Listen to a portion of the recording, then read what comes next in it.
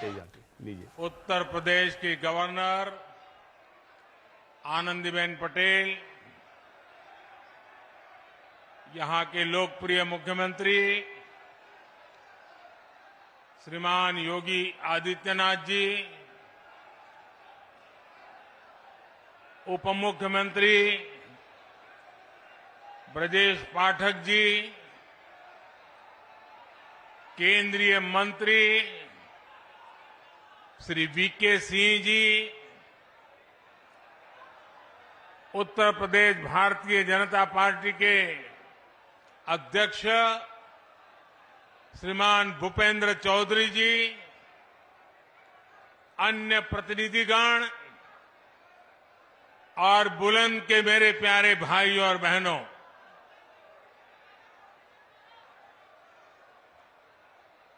आपका ये प्यार और ये विश्वास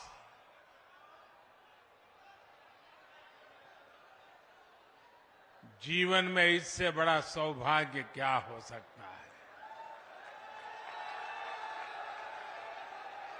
मैं आपके प्यार के लिए अभिभूत हूं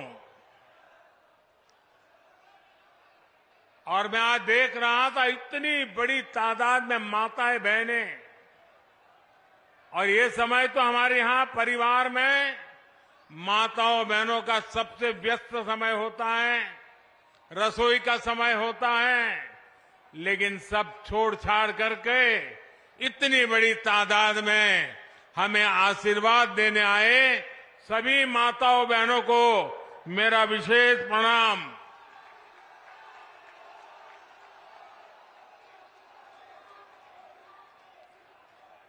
बाईस तारीख को अयोध्या धाम में प्रभु श्री राम के दर्शन हुए और अब यहां जनता जनार्दन के दर्शन का सौभाग्य मिला है। आज पश्चिमी यूपी को विकास के लिए 19,000 करोड़ रुपए से अधिक के प्रोजेक्ट भी मिले हैं। ये project rail line, highway, petroleum pipeline, पानी, सीवेज, मेडिकल कॉलेज और औद्योगिक शहर से जुड़े हुए हैं। आज यमुना और रामगंगा की स्वच्छता से जुड़े प्रोजेक्ट का भी लोकार्पण हुआ है। मैं बुलंदशहर सहित पश्चिमी उत्तर प्रदेश के सभी मेरे परिवारजनों को इसके लिए बहुत बहुत बधाई देता हूं।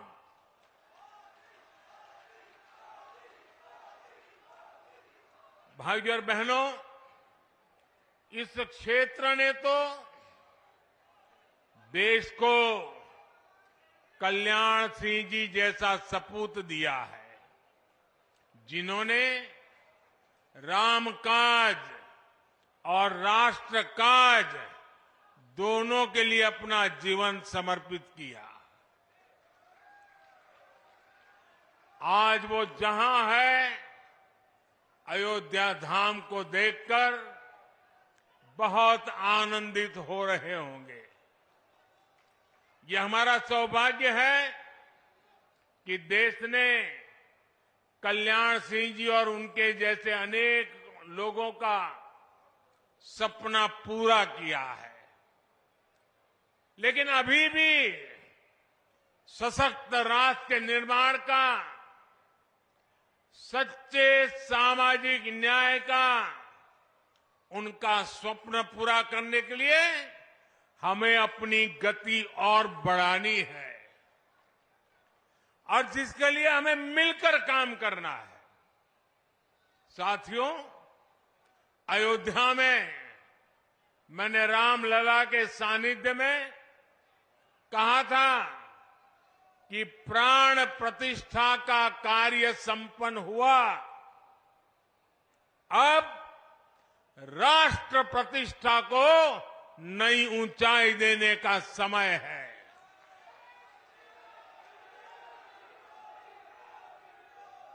हमें देव से देश और राम से राष्ट्र के मार्ग को और प्रशस्त करना है।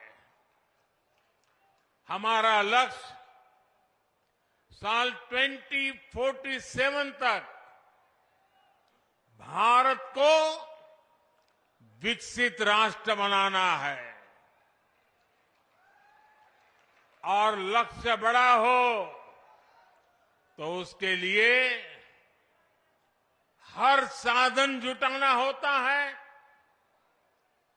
सबको मिलकर के प्रयास करना पड़ता है।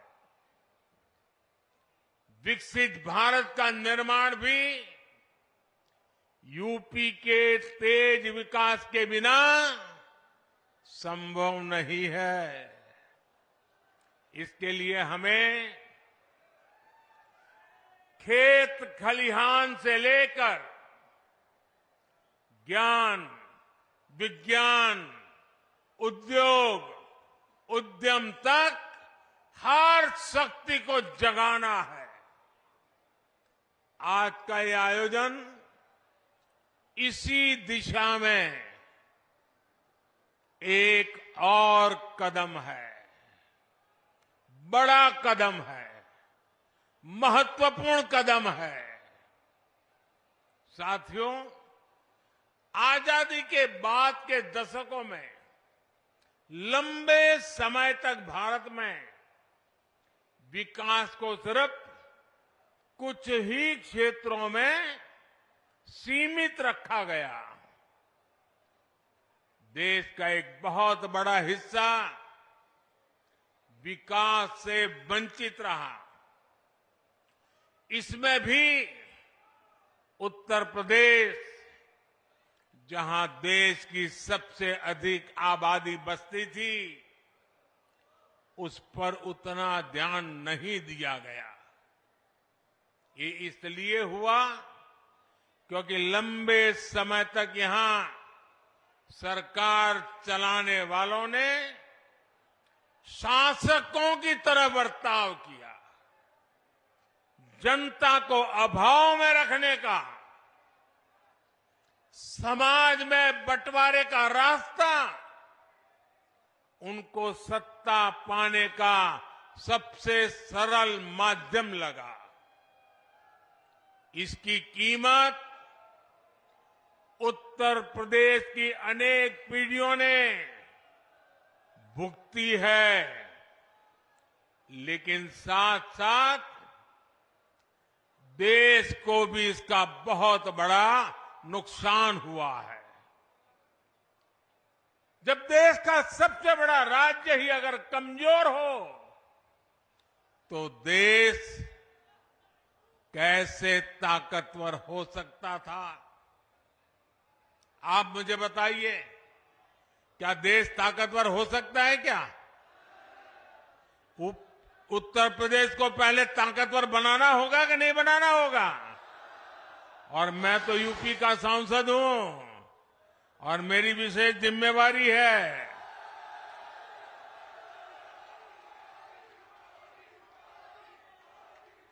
मेरे परिवारजनों, 2017 में डबल इंजन की सरकार बनने के बाद से यूपी में पुरानी चुनौतियों से निपटने के साथ ही आर्थिक विकास को नई गति दी है। आज का कार्यक्रम हमारी इस प्रतिबद्धता का प्रमाण है। आज भारत में 2 बड़े डिफेंस कॉरिडोर पर काम चल रहा है। उनमें से एक यूपी में, पश्चिमी यूपी में बन रहा है। आज भारत में नेशनल हाईवे का तेजी से विकास हो रहा है। उसमें से अनेक पश्चिमी यूपी में बन रहे हैं। आज हम यूपी के हर हिस्से को आधुनिक एक्सप्रेसवे से कनेक्ट कर रहे हैं। भारत का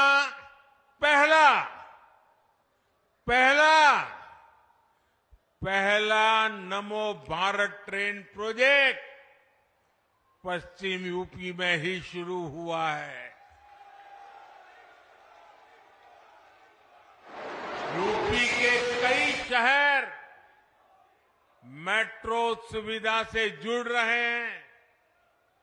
यूपी ईस्टर्न और वेस्टर्न डेडिकेटेड फ्रेट कॉरिडोर्स का हब बन रहा है। और ये बात बहुत बड़ी है साथियों। आने वाली शताब्दियों तक इसका महात्म्य रहने वाला है, जो आपके नसीब में आया है। जब जेवर इंटरनेशनल एयरपोर्ट बनकर तैयार हो जाएगा तो इस क्षेत्र को एक नई ताकत, नई उड़ान मिलने वाली है। साथियों, सरकार के प्रयासों से आज पश्चिमी उत्तर प्रदेश रोजगार देने वाले प्रमुख सेंटर में से एक बन रहा है। केंद्र सरकार देश में 4 नए औद्योगिक स्मार्ट शहर बनाने की तैयारी में है।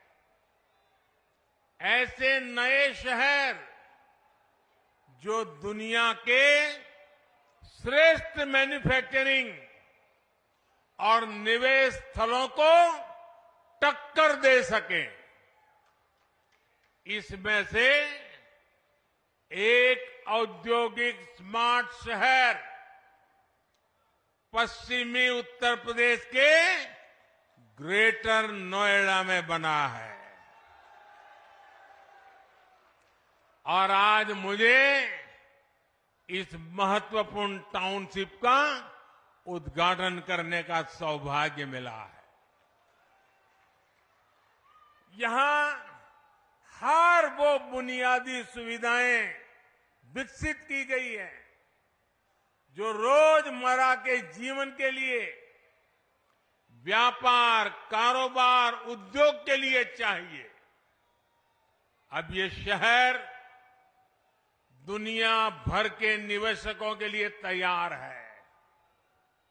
इसका लाभ यूपी के, विशेष रूप से पश्चिमी यूपी के हर छोटे, लघु और कुटीर उद्योग को भी होगा। इसके बहुत बड़े लाभार्थी हमारे किसान परिवार, हमारे खेत मजदूर भी होंगे। यहां कृषि आधारित उद्योगों के लिए नई संभावनाएं बनेगी। साथियों, आप भी जानते हैं कि पहले खराब कनेक्टिविटी की वजह से किसान की पैदावार समय पर बाजार नहीं पहुंच पाती थी।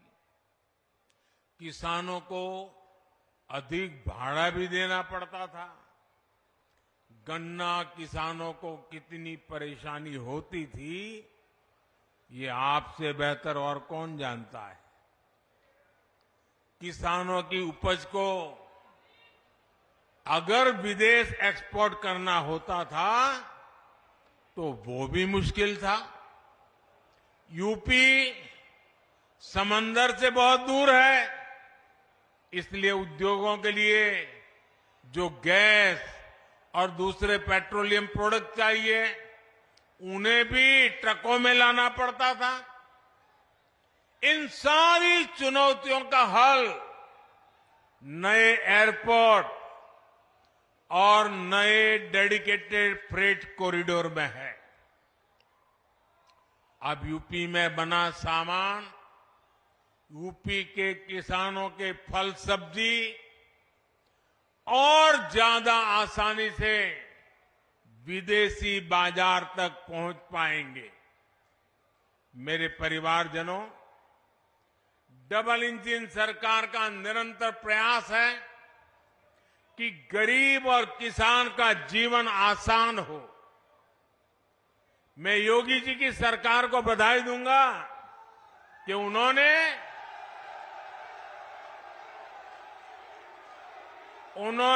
नए पेराई सत्र के लिए गन्ने का मूल्य और बढ़ा दिया है। गन्ना किसान हो, गेहूं और धान किसान हो, सभी किसानों को पहले अपनी ही उपज का पैसा पाने के लिए लंबा इंतजार करना पड़ता था। लेकिन हमारी सरकार इस परिस्थिति से किसान को बाहर निकाल रही है। हमारी सरकार ने ये सुनिश्चित किया है, मंडी में अनाज बेचने पर किसान का पैसा सीधे किसान के बैंक अकाउंट में जाना चाहिए। डबल इंजन सरकार ने गन्ना किसानों से जुड़ी समस्याओं को भी लगातार कम करने का प्रयास किया है। गन्ना किसानों की जेब में ज्यादा से ज्यादा पैसे जाएं, इसके लिए हमारी सरकार इथेनॉल बनाने पर बल दे रही है।